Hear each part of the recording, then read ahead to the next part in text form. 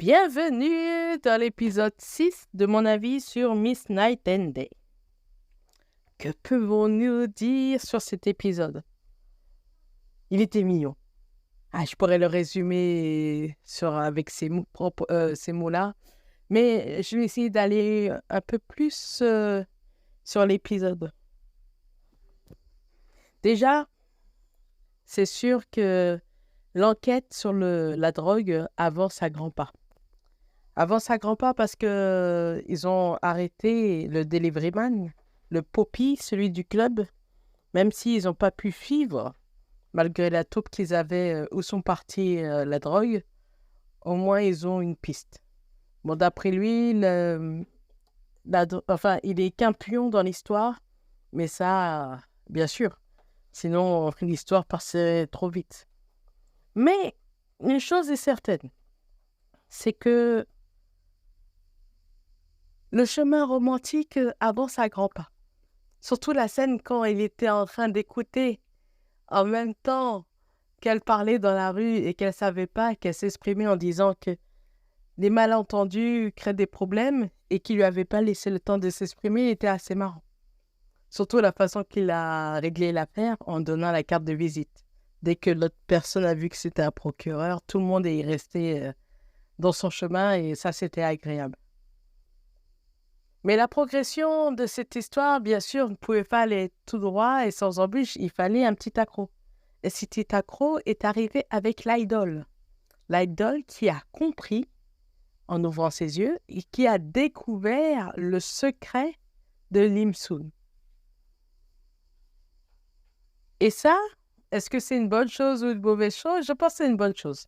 Parce que j'aime pas trop l'idée, mais ça va créer un petit triangle amoureux qui peut aider à faire bouger les choses. Mais bon, on sait ça va être dans quel sens, étant donné que nous, on connaît la réalité des personnes. Donc à voir. Mais on avance dans l'enquête. On avance dans l'enquête parce que maintenant, il semble que M. Beck devient une personne suspecte, surtout il a été mis en évidence qu'il a un lien avec l'hôpital. Mais il faut voir. Ça devient un peu trop ciblé sur lui. Et mon impression de la femme est confirmée par l'ancien policier qui n'aime pas la façon qu'elle parle. Bon, j'espère que c'est de la jalousie de ma part, mais bon, on va dire que je le sens moi aussi. Et dans l'histoire, la partie comique que j'ai aimée, c'est quand Lim Soo fait comme à Pink Eunji de la vraie vie et chante Mr. Choo. Ça fait du bien de réentendre cette chanson, de revoir cette chorégraphie qui a fait bouger beaucoup de personnes en Corée. Car même les personnes âgées dans l'histoire avaient compris tout de suite que c'était Mr. Choo. Mais bon, on voit bien aussi qu'elle est inexpérimentée sur le domaine du travail parce que le dîner de la compagnie, que tout le monde essaye d'y aller et de se sauver, elle a réussi à le prendre à son avantage. Et ça, c'est agréable de voir que certaines mentalités ont la vie dure. Enfin, on le voit surtout dans les dramas coréens. Et donc, j'espère que vous ne le vivez pas dans la vraie vie non plus, hein, parce que ça doit être pesant quand même. Mais en tout cas, voici mes considérations pour cet épisode-là. On avance sur l'enquête. On comprend pourquoi il n'aime pas les policiers. Quand on voit le procureur n'aime pas les policiers. Quand on voit son passé et celui de sa mère avec le policier qui cherchait à l'avoir comme témoin.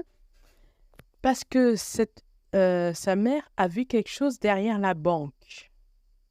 Mais en voyant quelque chose dans la banque, ça la relie un peu peut-être avec la tante de Lim Soo. Donc, il y a la vraie Lim Soo qui travaillait aussi à une banque. Donc, c'est assez... Ça me laisse perplexe. Ça me laisse poser des questions sur toute cette connexion. Et ensuite, autre chose. Vraiment rien avec l'histoire, mais pour vous montrer le lien avec la famille. Les parents qui étaient contents du premier cadeau que leur fille leur a fait avec sa paye et la fête qu'ils ont donnée avec sa paye, ça valait le détour. En tout cas, j'espère que vous aussi, vous avez apprécié l'épisode 7 parce que là, on arrive bientôt au milieu du drama.